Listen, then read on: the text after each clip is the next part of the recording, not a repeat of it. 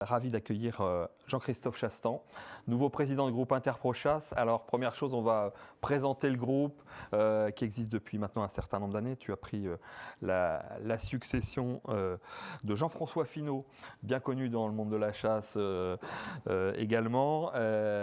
Raconte-nous un petit peu, Interprochasse, qu'est-ce que ça représente? Quels sont les grands enjeux aujourd'hui? D'accord.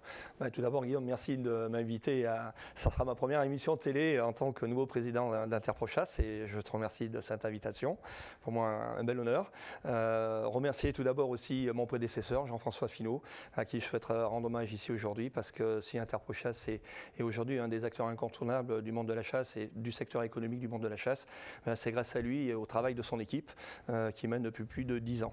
Interprochasse a été créé en 2007 et officiellement a démarré son activité en 2009. Donc ça a été une action de regroupement un peu de tous les métiers de la chasse, l'ensemble des filières des métiers de la chasse. Une sorte de syndicat ou pas du tout? Ou c'était un regroupement? Donc Interprochasse, c'est une interprofession. Les interprofessions sont des organismes à caractère agricole. Et c'est ce qui fait un petit peu, je dirais, la particularité d'Interprochasse d'ailleurs, puisque c'est intéressant d'en parler. On est à cheval entre deux mondes, entre le monde agricole, avec ce qu'on a tendance à dire chez nous un petit peu l'amont, donc tout ce qui va être les métiers de l'élevage de gibier, de l'alimentation animale, de la centrale canine, que mon collègue vétérinaire connaît bien. Et puis après, tout ce qui est le monde industriel, donc les fabricants d'armes, de munitions comme Yvan Femme ici représente, et puis tout ce qui est aussi le monde de l'équipement, mais également le monde de la venaison aussi, puisqu'on a le syndicat de la venaison qui est avec nous, fabricants, donc, armuriers. Toutes ces filières ont leur propre segment, mais là elles sont regroupées autour de cet Interpro qui a vocation à faire quoi? Du lobbying, de la communication, du marketing Alors l'objectif d'Interprochasse, effectivement, c'est de représenter donc l'ensemble de ces métiers, à la fois auprès des pouvoirs publics, à la fois aussi auprès de leurs partenaires institutionnels, dont le premier qui est la Fédération nationale des chasseurs, avec qui on a énormément donc, justement de liens et de dossiers transversaux, sur lesquels on souhaite encore renforcer ces actions, et puis aussi donc, le monde agricole, comme on l'évoquait tout à l'heure. Notre objectif est d'assurer la promotion de nos métiers, de nos produits surtout au départ, donc en priorité du gibier et de la venaison du gibier. Quand on parle du gibier, c'est le gibier d'élevage.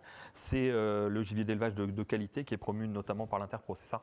Oui, eh bien, la filière gibier est représentée par le syndicat national des producteurs de gibier de chasse, dont j'ai l'honneur d'être le président depuis 2019. Je suis engagé depuis plus de 20 ans quand même, aussi à titre personnel dans les représentations des organismes de la chasse. Donc j'ai depuis 2000, donc ça va faire 22 ans cette année, ça passe très vite. Et depuis donc 2019 au sein du SNPGC, et depuis donc début décembre d'Interprochasse, mais j'en étais déjà le vice-président par ailleurs. Donc je connais bien tous ces rouages et la particularité d'Interpro justement c'est d'associer tous ces métiers et lorsqu'on a à traiter certains dossiers particuliers, ça permet d'avoir une connaissance beaucoup plus élargie. Alors là, on sait qu'il y a des grands enjeux, évidemment, la chasse est attaquée de toutes parts. Comment est-ce que vous prenez part à cette défense de la profession, bien sûr, mais à cette défense de la chasse dans une acceptation un peu plus large? Je dirais qu'à la base, je suis un grand passionné de chasse. On est chasseur depuis 5 générations. Avec un bon accent du côté du Lyonnais. De Valence, de Valence, de la Drôme. De la Drôme, de Valence. Je salue mes amis drômois. J'ai la grande chance que mon fils sera donc la 6e génération de chasseurs. Donc la chasse, chez nous, c'est une affaire de famille, une affaire de passion. Et je crois que tous les gens qui travaillent dans le métier de la chasse, à la base, je crois qu'il faut bien comprendre, on est tous des passionnés. On ne peut pas être dans un métier comme celui-ci sans être passionné de ce métier-là. Donc nous, nos grands enjeux, les principaux sont les enjeux réglementaires, les enjeux politiques et les enjeux sociétaux. Notre objectif, c'est d'analyser tous ces éléments-là et d'être en capacité d'apporter des réponses par rapport justement donc, au positionnement de la chasse, mais surtout au positionnement de nos métiers. Notre mission, c'est l'économie de la chasse.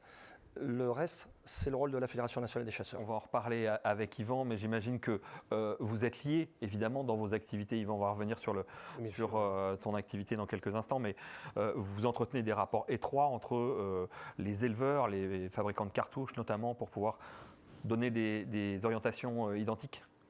Tout à fait. Alors, non seulement identiques, aussi bien au niveau politique qu'au niveau stratégique. C'est vrai qu'on est très liés.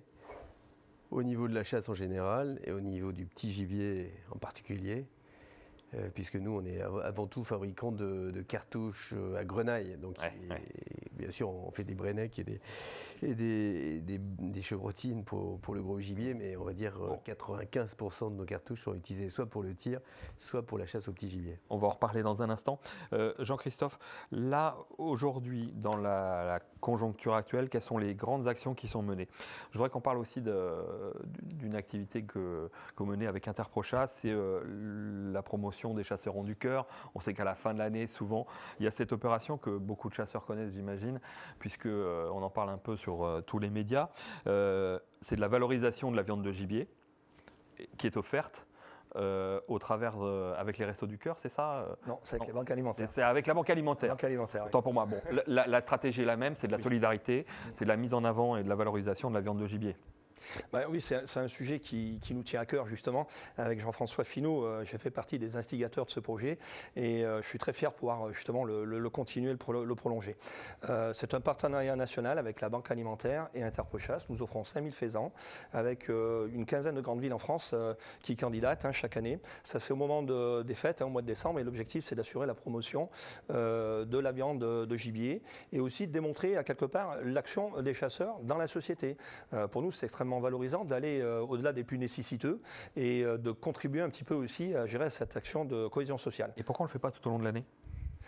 Justement, je vais expliquer ce que c'est un événement festif. Par contre, on travaille. C'est un sujet sur lequel on travaille. Il faut savoir que le ministère de l'Agriculture, par le biais du CGA-ER, a rendu un rapport national l'année dernière qui a fait donc une audite sur la venaison et la valorisation de la viande de gibier. Ça sera pour Interprochasse, pour nous, une de nos missions principales dans les 5 prochaines années.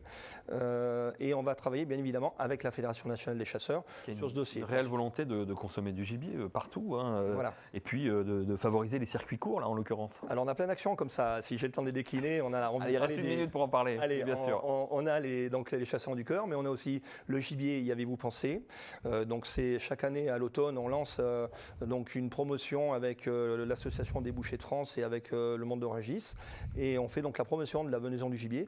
On fait la semaine du gibier au mois de novembre, à peu près aussi, au pavillon volaille à Rungis. On a aussi l'émission, on participe à l'émission Top Chef. Donc, parfait, on en parlera dans une prochaine émission. De personnes. On participe à un organisme qui s'appelle Eurotoc. D'ailleurs, on sera au Salon de l'Agriculture, là, à partir de demain, en fin de matinée, sur le stand d'Eurotoc, avec le chef du RITS, et on va faire la promotion de la viande de gibier. On va la faire également, normalement, si tout va bien, également au Game Fair. On donne rendez-vous aux chasseurs au Game Fair. Nous serons présents pour assurer la promotion de la venaison du gibier. Eh bien, super, on aura l'occasion de se revoir alors pour déguster tout ça un de ces jours. Il n'y a qu'un pas là, vous voyez, pour parler de la promotion de la viande du gibier et la consommation de la viande du gibier, avec parfois quelques sujets délicats.